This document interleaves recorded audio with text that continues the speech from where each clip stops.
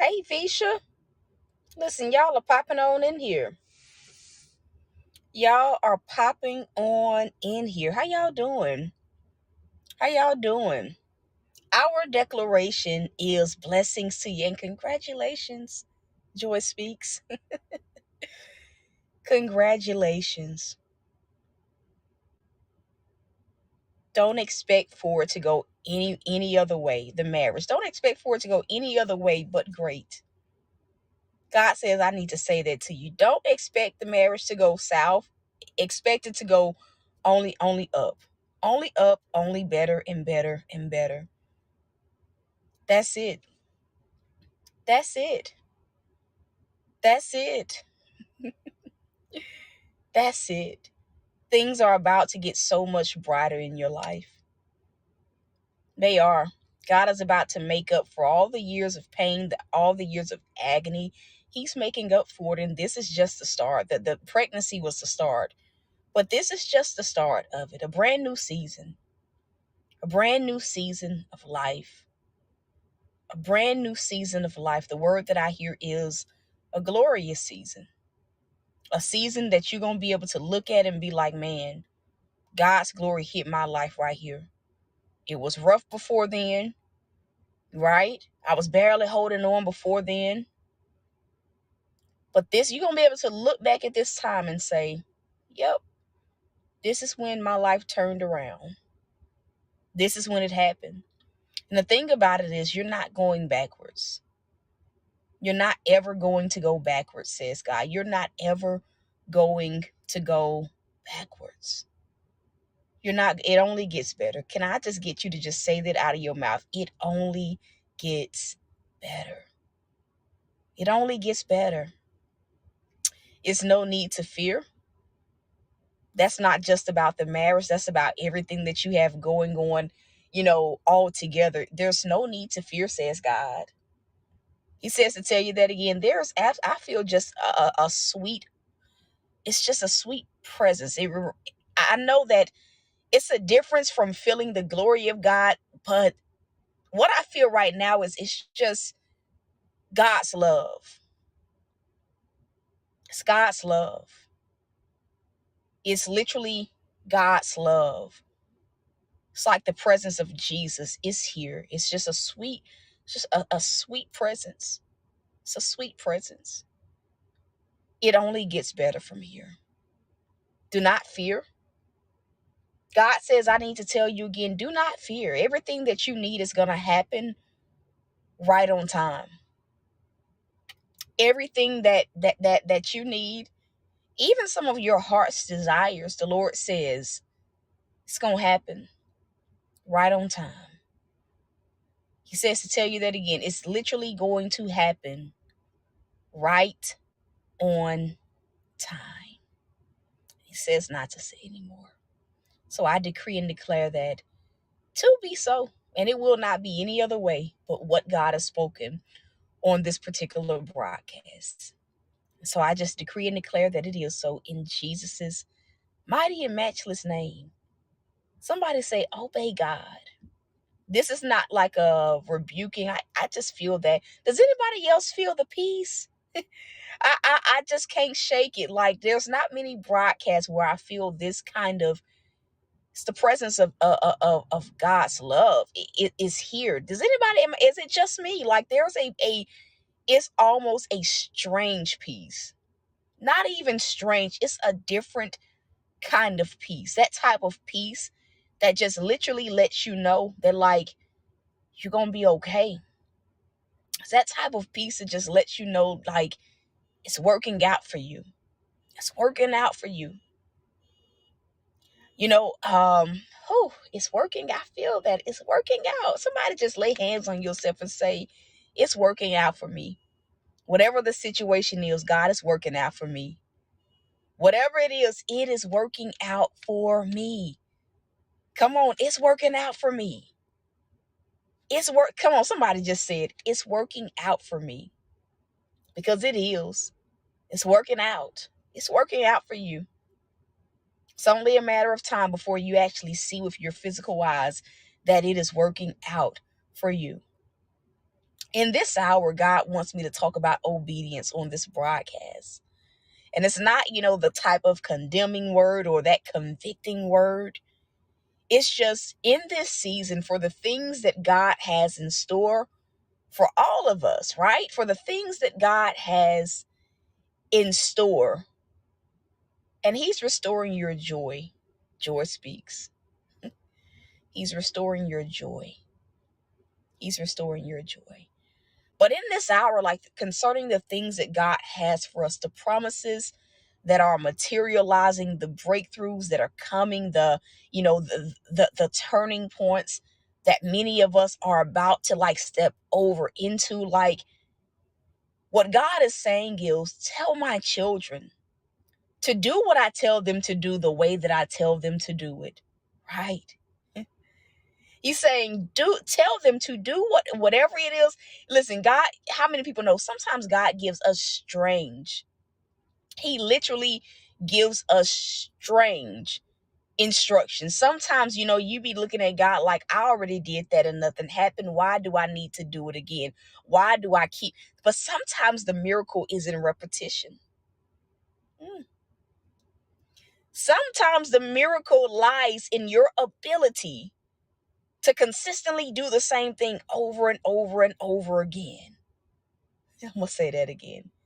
Sometimes the miracle lies in repetition. It lies in consistency. The breakthrough lies in your ability to consistently obey God, to consistently lay it all at His feet and do whatever it is that He's telling you to do. The Lord is telling me even now, like His ways confound the wise. And so even the instructions that God is giving us in this hour, they will confound you.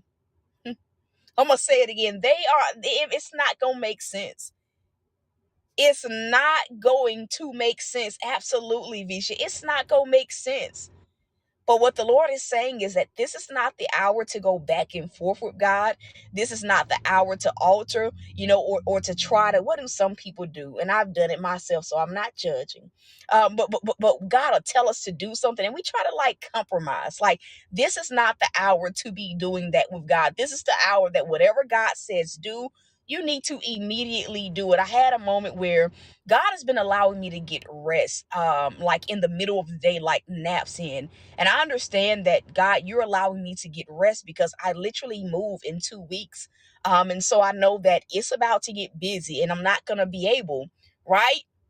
I'm not right, Visha. I know like I'm not gonna be able to like get rest. So like I haven't been like going back and forth with God about it because I understand it's about to get tremendously busy. So I need all the rest that I can. Like He has not had me packing. It has been no cleaning.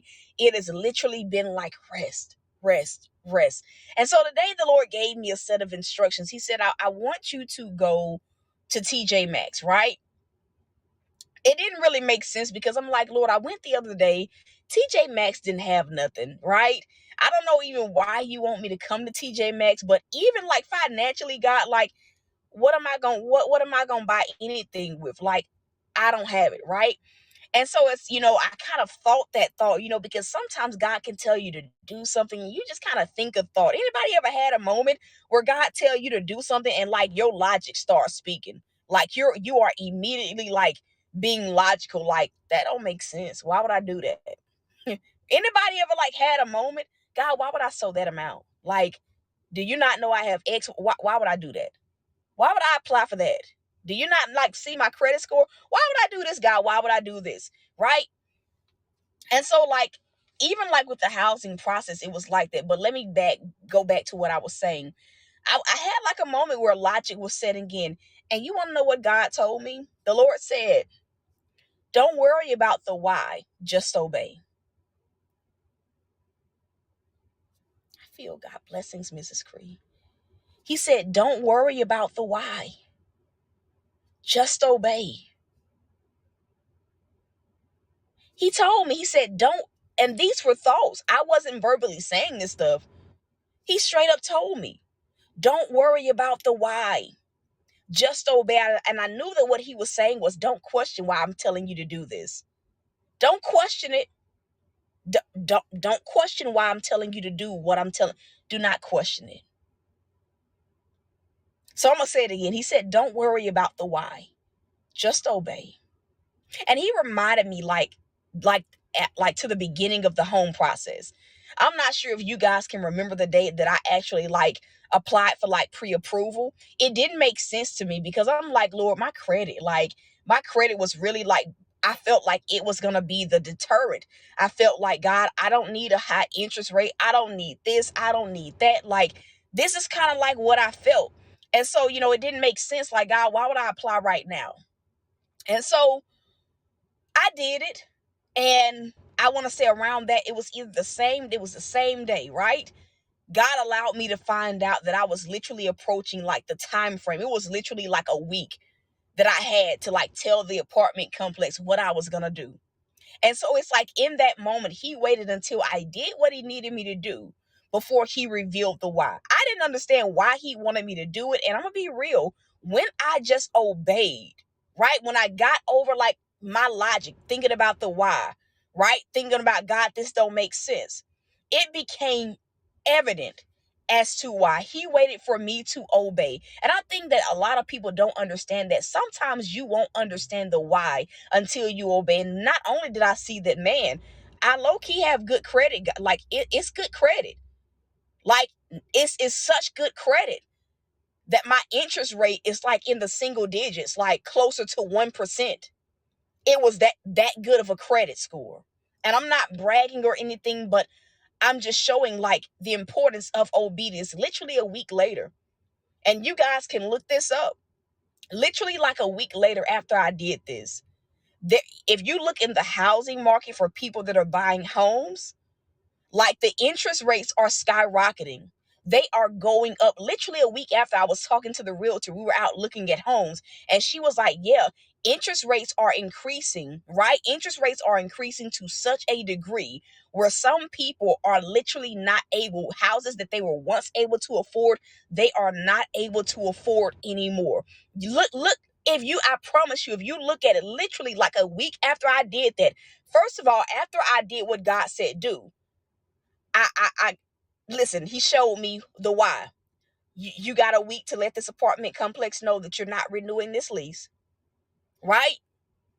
And then a week after I got pre-approved, like the realtor, like, listen, the interest rates are going up like by the day. People are saying that they waiting on the housing market to like, you know, to kind of go back down, but it's not.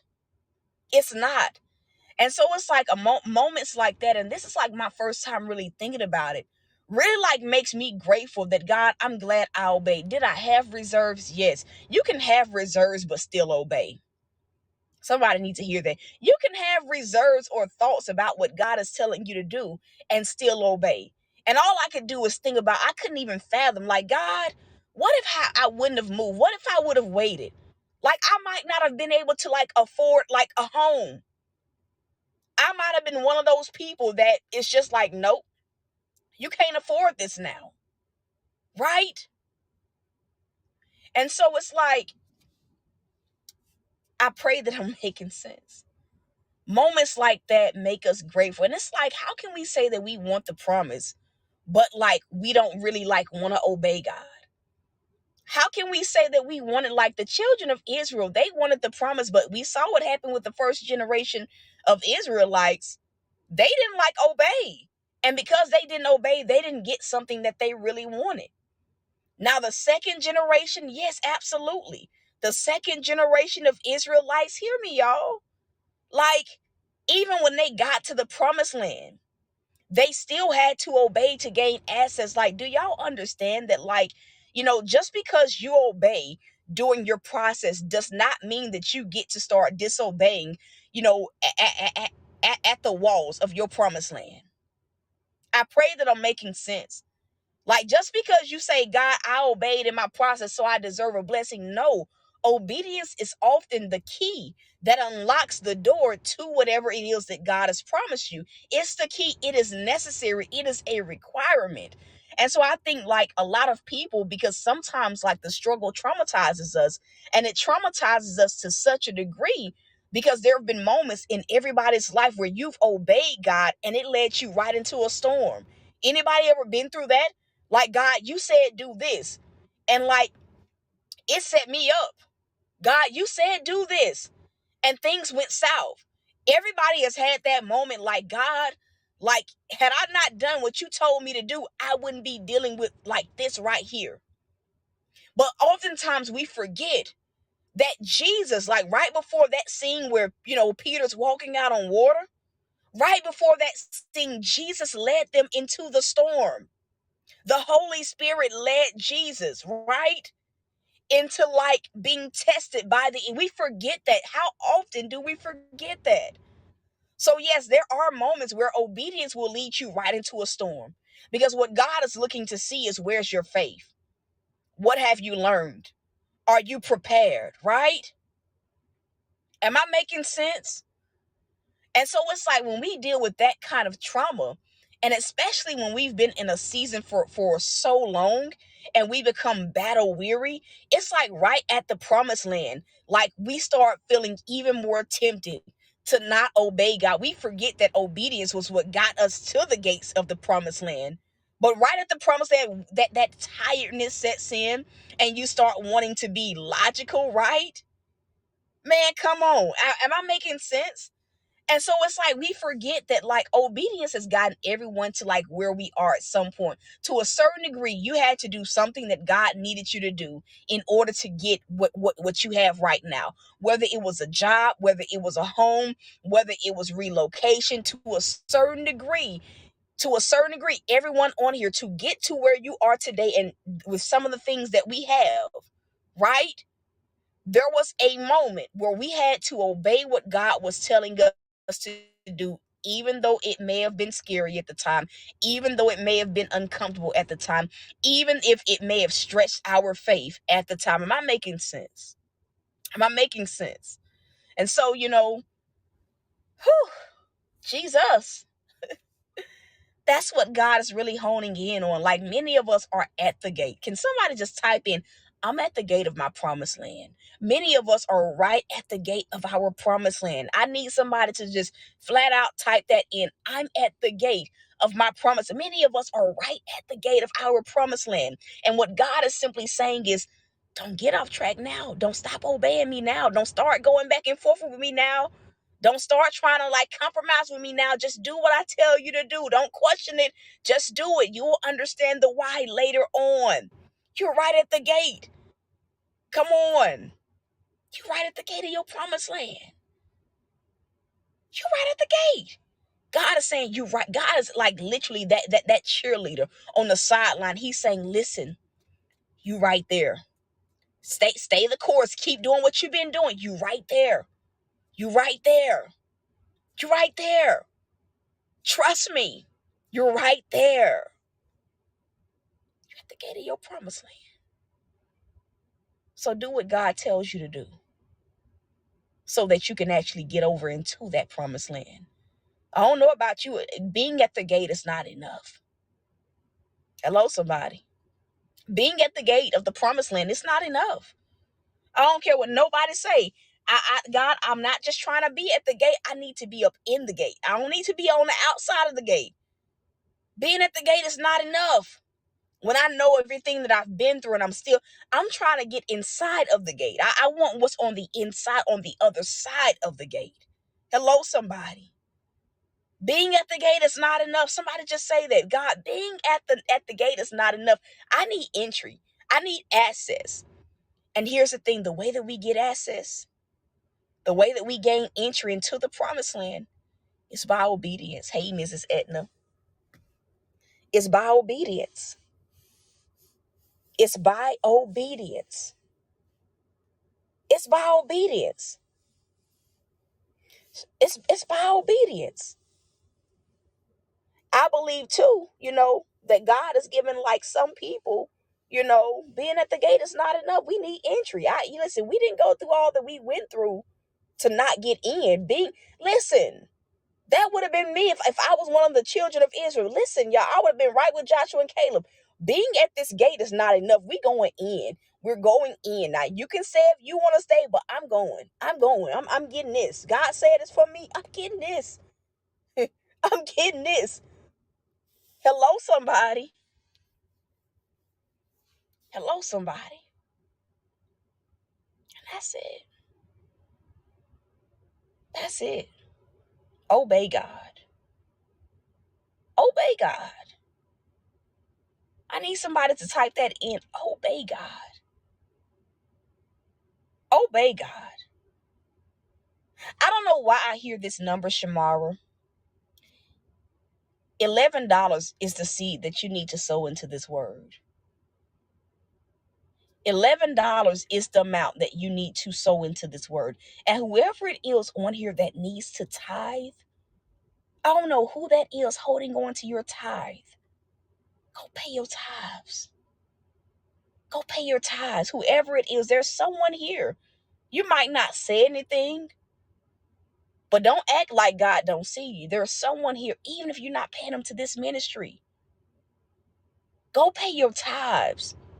You cannot keep holding on to them every month, every 2 weeks, every month is what I hear. You cannot keep holding on to them every month and expect to still be blessed by God. You cannot.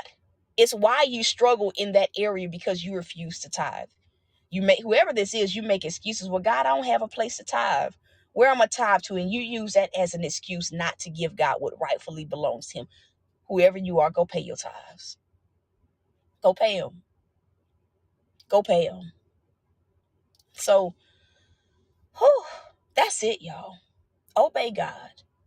To those of you guys that feel led to sow, to those of y'all just now coming in, you got to catch this thing from the very beginning. To those of you guys that feel led to sow, you can sow one or two ways. You can sow via PayPal, or you can sow via the Cash App. The seed title is Obey God. Obey God. If this word bless you, like, I want to encourage you to sow into it, even if you sow on $1, even if you sow on a penny. You let God lead you.